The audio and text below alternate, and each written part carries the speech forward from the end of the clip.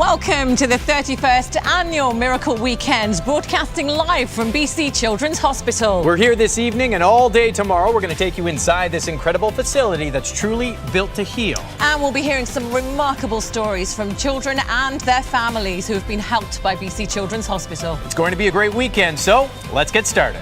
All right, thanks so much, Sonia. From parties to pedal power, I'm here with Patrick Sullivan from Coast to Coast Against Cancer Foundation. You are the board chair, and obviously, we're talking about biking because that's how you guys raise a lot of funds, isn't it? That's right. We do a national ride from Vancouver to Halifax every September during Childhood Cancer Awareness Month. That's right. And so another one's coming up again in this September, and so people can join if they want to be a part of that. But you guys are raising money for a lot of places, including here, BC Children's Hospital. Why is it important for you to raise money about here? So my son was treated here. Unfortunately, the doctors weren't able to cure his cancer, so he died at the age of 3 after being treated here at BC Children's. So we raise money so kids like Finn get a chance at life. That's so incredible. Yeah, thank you so much for being here. So let's flip this check together, shall we? Like we did? All right, let's flip this one over. Here we go, $89,784. Thank you very much, sir. Thank you. Thanks very much. All right, I'm here with Jillian York, the chair of the Retail and Wholesale Committee. Jillian, you brought the whole team with you today. This is awesome. And you guys have been raising funds in so many different ways, haven't you? Absolutely. At Retail, we raise funds through our checkouts, Roundup for Kids, selling icons at the till, golf tournaments, you name it. We do have a passion and innovation for fundraising. It was fantastic. And I mentioned the team because team is so important for you guys, and maybe talk about some of the people involved in this process. Absolutely. We could not do this without the amazing team members in all of our retail locations, as well as a big thank you to our customers and our supplier partners for helping us raise funds year round. Yeah, and talking about partnerships, you guys have been with BC Children's for so long. Why is it such an important connection for you? It is. It's really important because we operate retail locations across the province of British Columbia and the Yukon. And so those are our communities, and this is really BC's hospital, so it's important to give back. Yeah, it's so important, and giving back is what you guys do best. And I think it's time we flip those numbers, so I'm going to let you take it away, Jillian. Sounds good. We'll start with 4, 6, 4, 5, 9, 6. Woo! Thank you, thank you.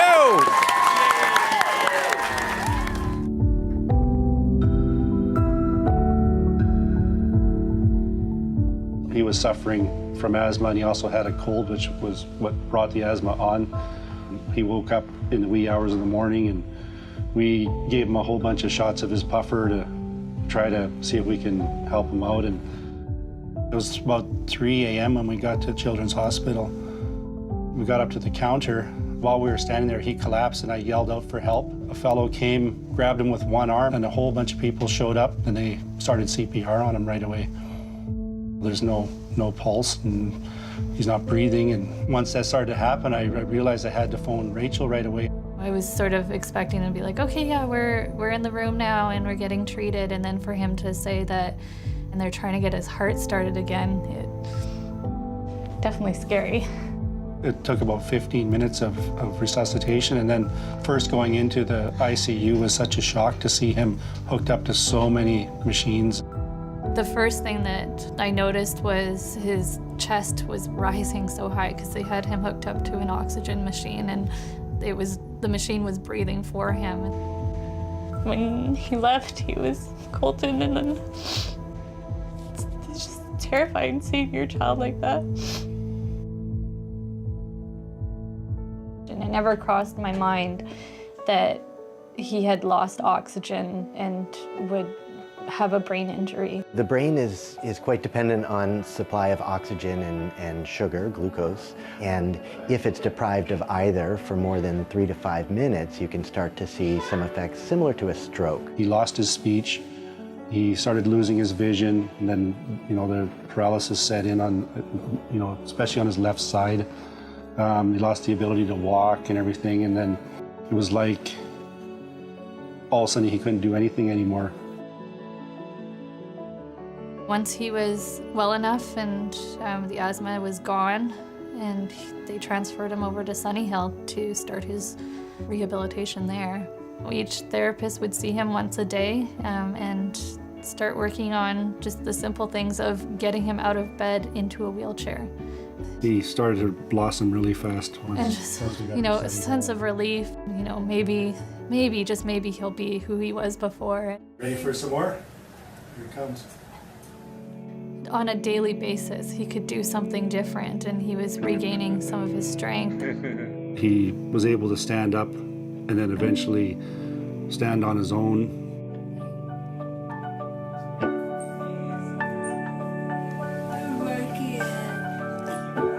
And he was very motivated too. I've never been so impressed by somebody in my entire life. He's pretty exceptional, that kid. We were getting our Colton back while we were at Sunny Hill. He needed to be able to walk with very little assistance. He achieved that after a month of being there. We thought it could be Months. 3 months, 6 months, a year. They couldn't tell us. Well, that's one of the reasons why we're so amazed that he recuperated so quickly. When he was back, Dr. Meckler came in and he, said, "This is why we do what we do." I think it truly is one of the rare miracles. We were just very fortunate to have everything happen in the right place at the right time. You get to know these people really well, and they just become a part of you and your extended family in a way. I have a lot of fond memories there, and they were pretty fun. Basically, Colton is pretty much your normal active kid. His big interests are Star Wars, lots of Star Wars, and Lego. Scale of 1 to 10, I like Lego a 20. You try not to take things for granted and appreciate, how truly blessed we are. Things can change in just an instant. And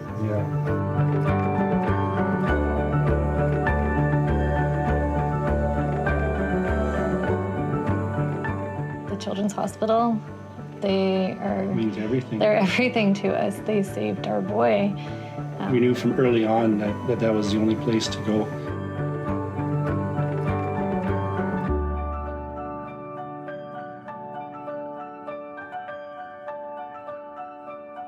It's been so much fun, and now it's the big reveal, our final total. Are you guys all ready to shout out the numbers with us? Yeah, you are. All right. It's going to get loud. Let's take a look at the screen. Okay, here we go, everyone. Bring us the numbers. 8, 7, 8, 5, 0, 0. 21!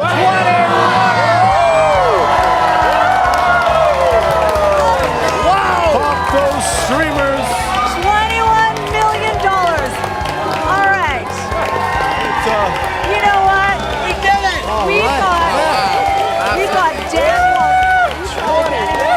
We've got Dan Wally, the chair of Miracle Weekend, with us. This is your outgoing year as chair of this weekend. That's incredible. Just a few words on how this feels. Unbelievable. The people in the province of BC, the medical care system here at BC Children's, all the volunteers, global, everyone to make this come together is simply fantastic. Thank you, everyone. Thank you so much for your hard work too, and thank you, British Columbians. This has been such an incredible weekend, as it always is. Well done, BC. Thank you so much for everything. Happy Miracle Weekend! Thank you.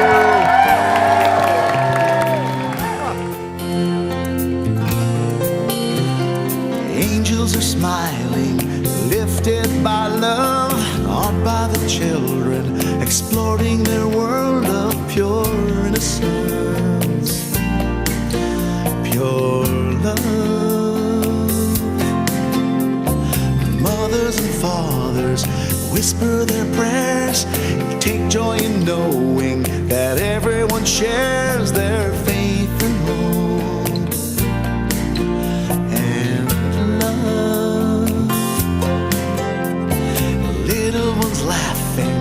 Lost in their play, through grateful eyes, you can hear them say, thank you all, thank you, thank you all, thank you.